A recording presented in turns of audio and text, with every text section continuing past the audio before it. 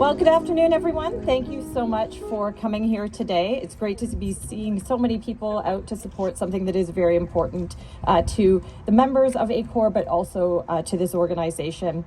My DE&I commitment is to promote a safe and inclusive work culture so we can bring our authentic selves to work and realize our true potential. I'm also the proud executive sponsor for the ACOR group, which you'll see here today, people in t-shirts, and of course the allies that are part of this group as well. Today we're here to commemorate the International Day Against Homophobia, Biphobia, and Transphobia, which is also known as Idahot. Some of you may know that this actually originates from May 1990, when the World Health Organization removed homosexuality from its list of mental disorders. And this is the third year that Toyota is celebrating Idahot across European sites by raising the rainbow flag, which is the international symbol of the LGBTQ community.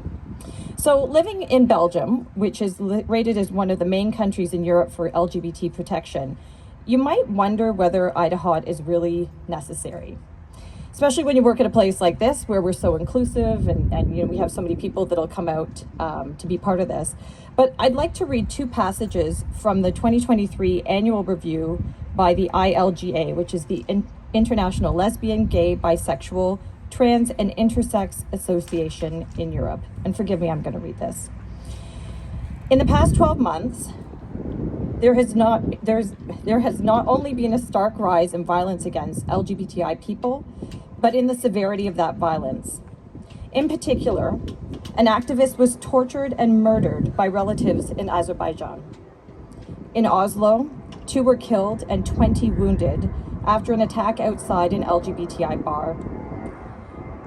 In Bratislava, 2 people were murdered and 1 injured outside an LGBT bar in what is being described as a white supremacist terrorist attack. 2 gay men were killed in separate attacks by the same person in Ireland. In Belgium, 2 men were physically assaulted and robbed outside a gay bar in Liège in March. In May, a boy, and his family were assaulted in Brussels after leaving the city's Pride event. The attackers burnt the rainbow flag the boy was carrying, causing burn injuries. A rainbow flag hung on the Aubagne City Hall was burnt in May. And these are just a handful of examples.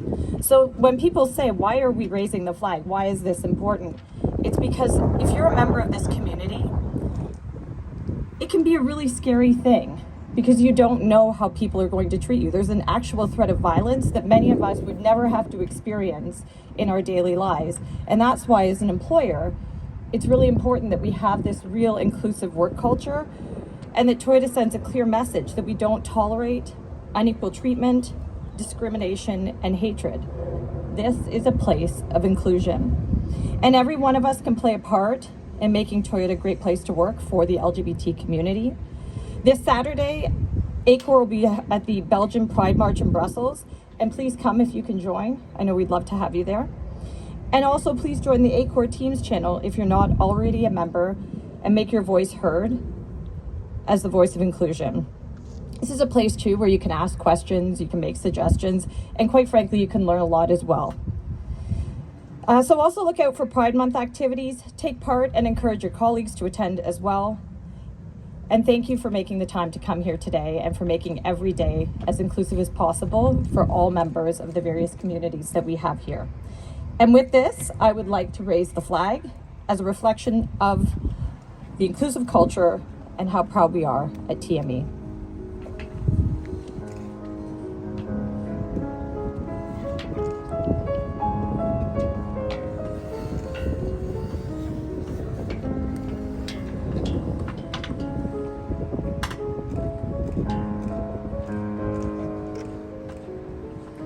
Thank you.